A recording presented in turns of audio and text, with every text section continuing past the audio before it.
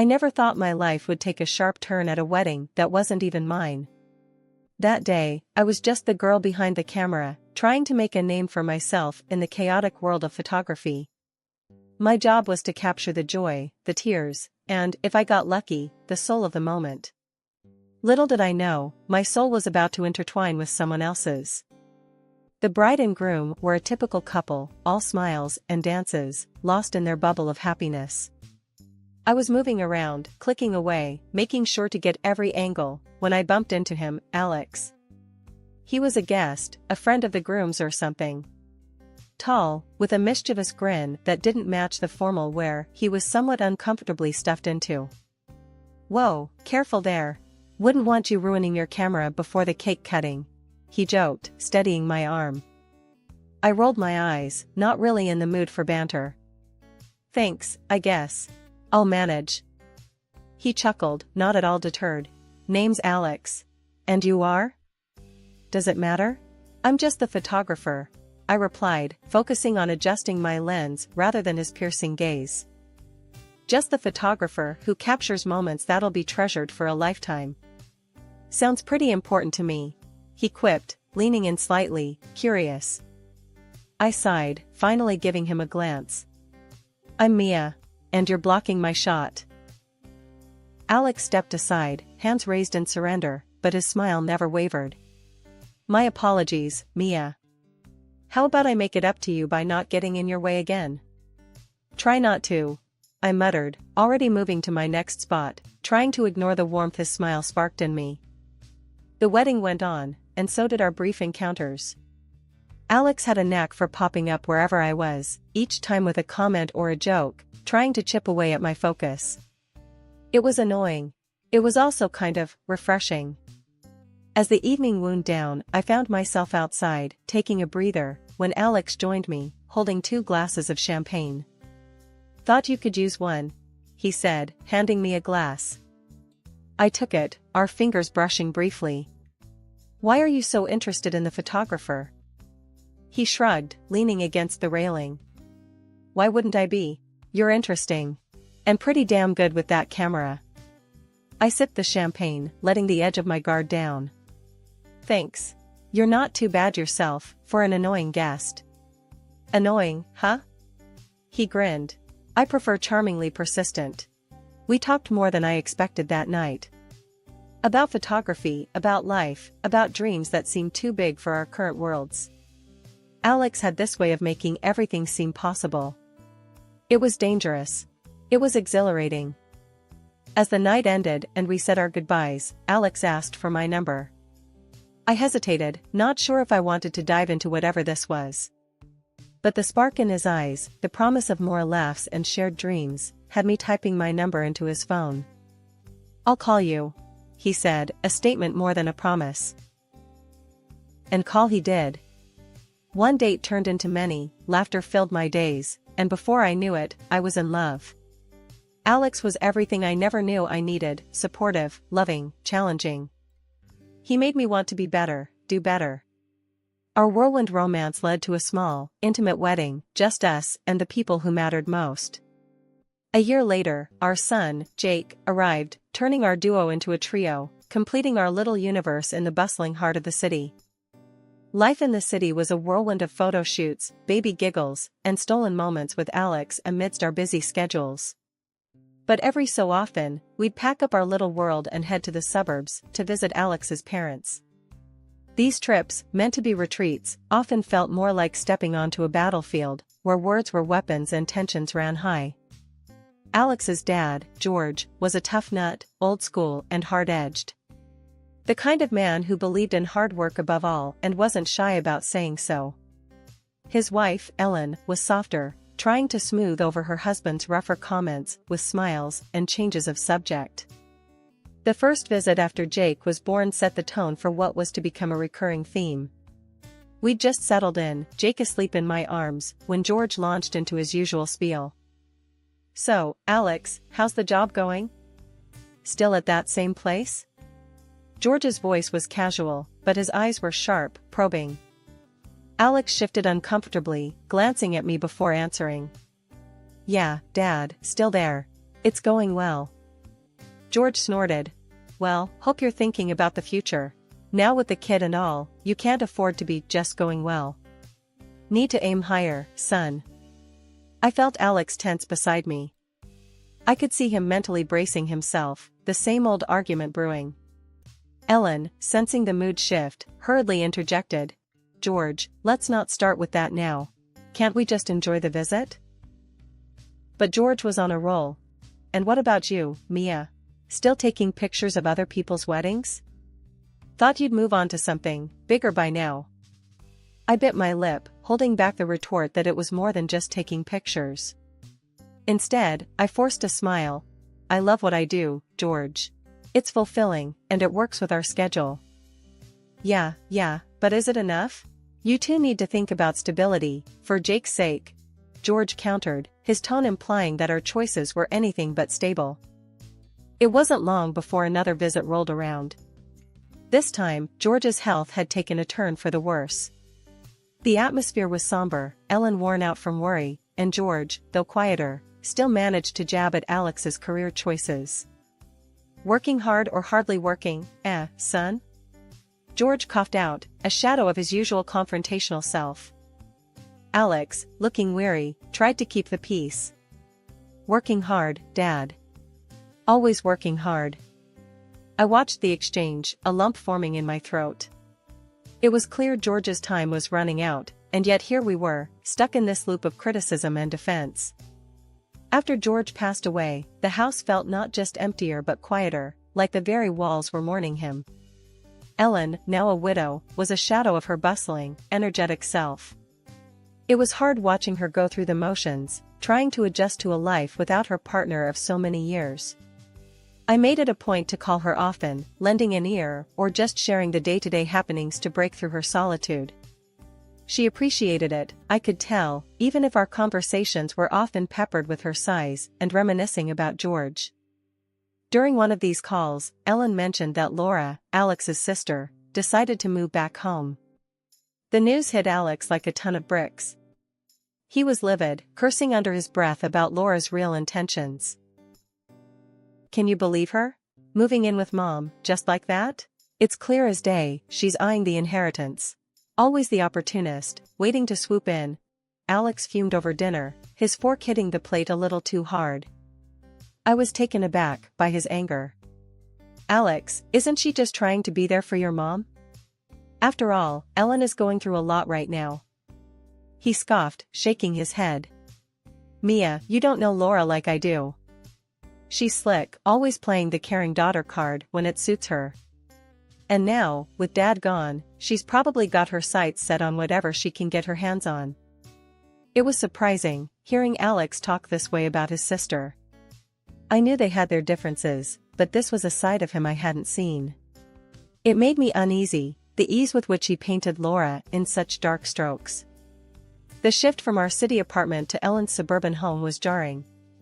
One day we were in the heart of the hustle, the next, surrounded by two quiet streets and the ever-present shadow of George's absence. This move, sprung on us by Alex, wasn't welcomed by any party involved, least of all Ellen. Alex, what on earth are you thinking? This house is my space to grieve, not a hotel for your family. Ellen had protested over the phone, her voice a mix of shock and irritation. But Alex was determined, painting it as a grand gesture of support. Mom, it's settled. We're coming. You shouldn't be alone in that big house anyway. I watched him pace our living room, phone pressed to his ear, marveling at his stubbornness. My input? Seemingly unnecessary. By the time he hung up, it was a done deal, despite Ellen's reservations and my own unease. The day we moved in, Ellen greeted us with a tight smile, her home now invaded by our clutter and noise. Laura was there too, her welcome far less strained, surprisingly. Hey, the more the merrier, right? She quipped, eyeing our boxes with an indifference that irked Alex. Mia, can you believe this?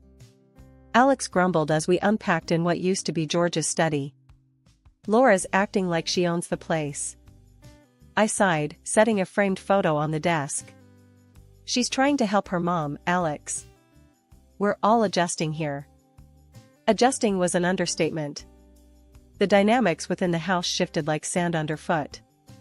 Ellen, once the matriarch, seemed to shrink, her voice lost amid the chaos of our resettled lives. Laura, on the other hand, floated through her days, contributing little and observing much. Dinner times were the worst. Ellen would cook, a silent figure moving through her kitchen, while Laura somehow always dodged the task. Alex and I would offer to help, but Ellen's polite refusals left us sidelined, spectators in our own lives. "Why don't you let me cook tomorrow, Ellen?"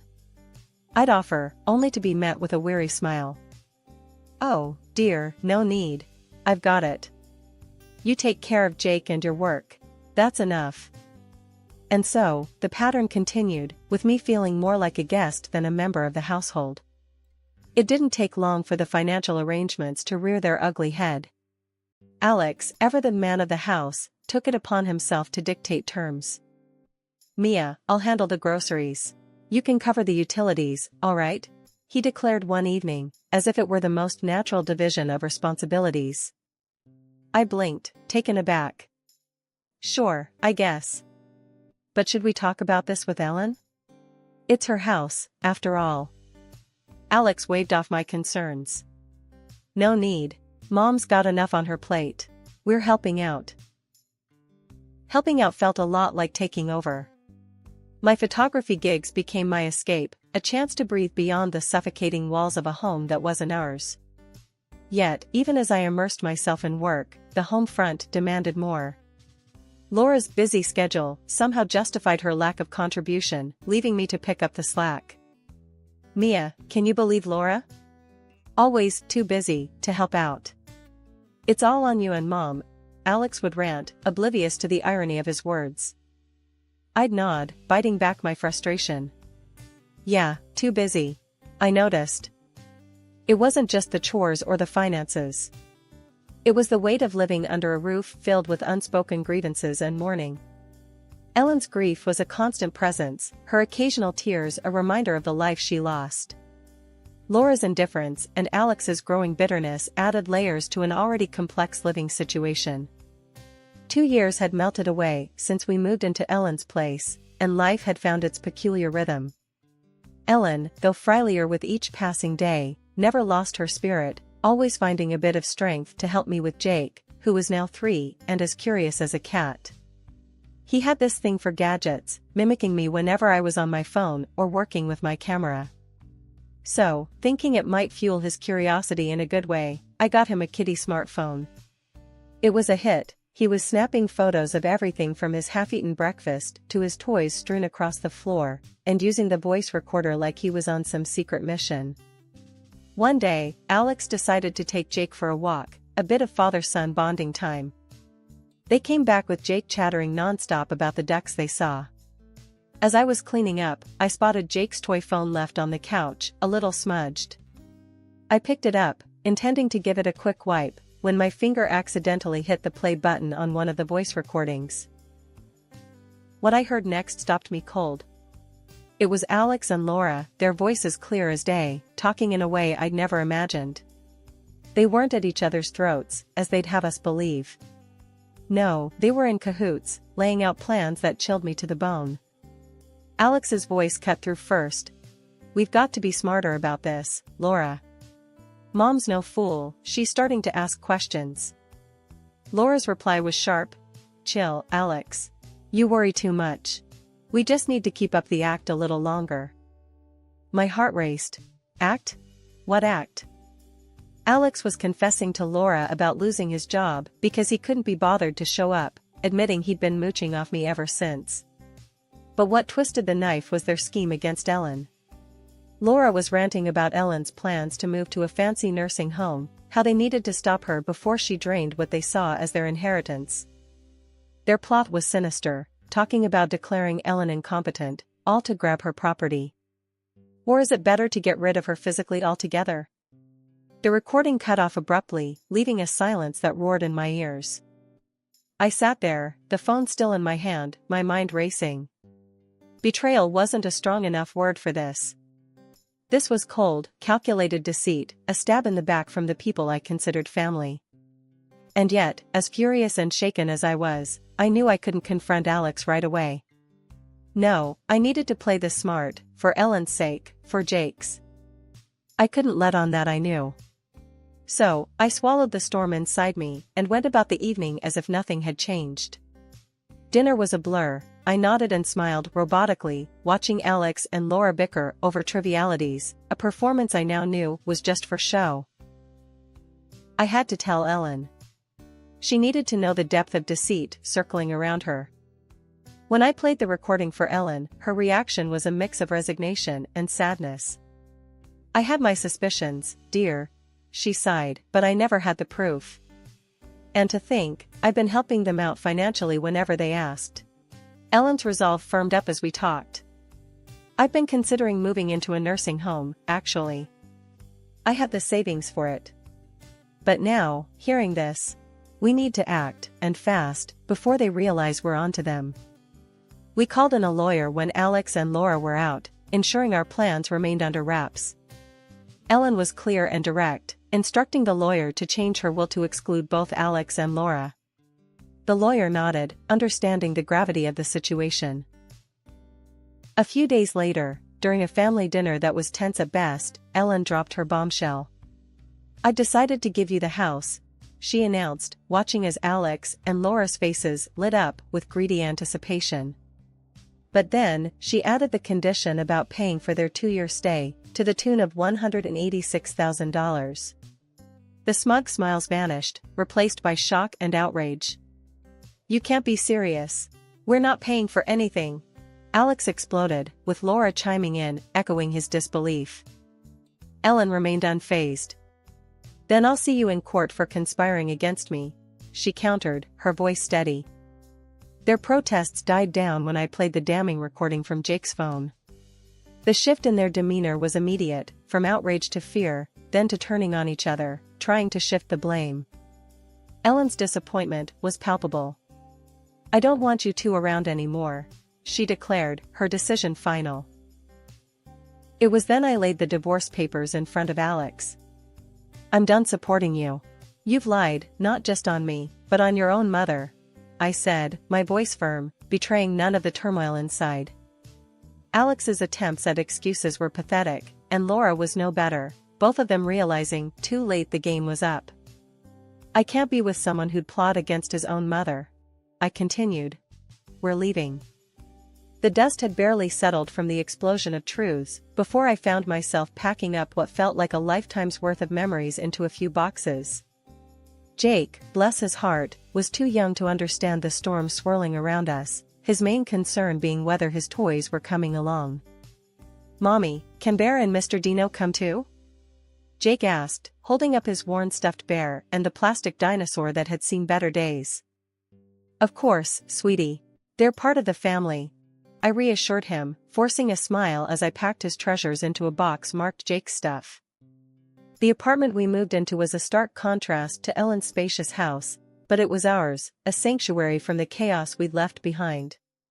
The first few nights, the silence was deafening, a reminder of the void left by the absence of familial bickering and the undercurrent of deceit. A week later, Ellen, bless her heart, decided it was time to move to that fancy nursing home she'd been talking about. Said she needed a change of scenery, and honestly, who could blame her? I went over to help her pack up her things. It was the least I could do after all we'd been through together. Alex was there too, hovering around, trying to act like he wanted to make things right between us. As if a few sorry words could fix the heap of lies he buried us under. I couldn't even bring myself to look him straight in the eye without feeling a mix of anger and pity. Just gave him this look that said, "Save it," and kept on packing. The divorce wasn't easy, but then again, what divorce is? The judge ended up making Alex pay me $50,000, compensation for all the years he'd been living off me while playing happy families. Felt like a small win, but a win nonetheless. A few months down the line, Alex and Laura finally coughed up the $186,000 they owed Ellen for staying in her house, after taking out loans against it. Ellen didn't waste any time putting that money straight into her own account, making sure it was out of reach from those two. Watching Ellen settle into that nursing home, a place she could finally call her own without the constant drama, made me think about what's really important. "I just wish it hadn't come to this," she told me as we finished setting up her room. "Me too, Ellen. But we're here now, and we've got to make the best of it," I said, trying to stay strong for the both of us. Settling into our new life wasn't easy, but Jake and I were making the most of it. Our apartment might have been small, but it was ours, and that made all the difference. I started picking up more photography gigs, each click of the camera a step towards rebuilding our lives. One day, as I was sorting through photos from a recent shoot, Jake came up to me, his little face screwed up in concentration. "Mommy, when can we visit Grandma Ellen again? I miss her." "Soon, buddy," I replied, ruffling his hair. "How about this weekend? We can make a day of it." His face lit up, and in that moment, I knew no matter how tough things got, we'd be okay as long as we had each other. Visiting Ellen became our little ritual. Despite the luxury surrounding her in the nursing home, she always said our visits were the highlight of her week. It was during one of these visits that things took an unexpected turn. Alex and Laura were there, looking more run down than I remembered. The desperation was clear in their eyes, a far cry from the confident facade they used to put on. They were practically on their knees, begging Ellen for money, saying the old house was falling apart and they had nowhere else to turn. Ellen was firm, her voice steady as she refused them. "I've made my decision. The rest of what I have is going to Mia and Jake. You two have done enough damage." I couldn't help but feel a mix of vindication and sadness hearing that. Alex and Laura turned to me, their eyes blazing with anger. "This is all you're doing. You've turned her against us," Alex hissed, his voice low but filled with venom. Laura chimed in. "Yeah, playing the victim and now look, living off what should have been ours." Ellen's patience snapped. "Enough. If you two don't stop this nonsense, I'll take that recording to the police." "Don't think I won't do it." The threat of the recording being handed to the authorities was enough to send them packing. Their exit was swift, leaving a heavy silence in their wake. Ellen turned to me, her gaze softening. "I'm sorry you had to witness that, Mia. But I've seen enough to know where my support is best placed." I was taken aback by her words, a lump forming in my throat. "Ellen, thank you. It means the world to us, but we don't want you to feel like you owe us anything." She shook her head. "I owe you more than you know. You and Jake, you're my family. And it's high time I looked out for my real family." As we left the nursing home that day, I couldn't shake off the mixture of emotions swirling inside me. Relief, gratitude, but also a renewed determination to build a better future for Jake, one not shadowed by the deceit and betrayal of the past. Me and Jake, we kept visiting Ellen in that fancy nursing home she moved into. It was nice, seeing her in a good place, away from all the drama. But then, one day, she dropped a bombshell on us during one of our visits. "The house, it's gone," Ellen said out of the blue, her voice shaking a bit. "The bank took it because of the debts Alex and Laura racked up." I could see the pain in her eyes, the disappointment. It was like she was questioning everything she ever did as a mother. "I can't believe it's come to this. After everything I tried to do for them." "Ellen, this ain't on you," I told her, trying to make her see reason. "You did everything a mother could. It's their choices that got them here, not yours." She looked at me, then at Jake, who was busy with a coloring book we'd brought along. "At least I've got Jake," she said after a moment, a small smile breaking through. "He's a blessing, Mia. You both are." It was hard, watching her grapple with the mess her children had left behind. But in those moments, I saw the strength in her, the resilience. She had faced her share of battles, but she wasn't letting this defeat her. As for Alex and Laura, they vanished, leaving a trail of debts and broken relationships in their wake. Ellen didn't even know where they'd ended up, and honestly, I didn't care to know either. They chose their path, and now they had to walk it, wherever it led. "Ellen, you've got us," I reminded her as we got ready to leave that day. "Me and Jake, we're your family too, and we're not going anywhere." She hugged us both, holding on a little longer than usual. "Thank you, Mia, for everything." Driving back to our apartment, I couldn't help but reflect on how much had changed. The road hadn't been easy, but we were making it through, one day at a time. And through it all, we found something worth holding on to: each other.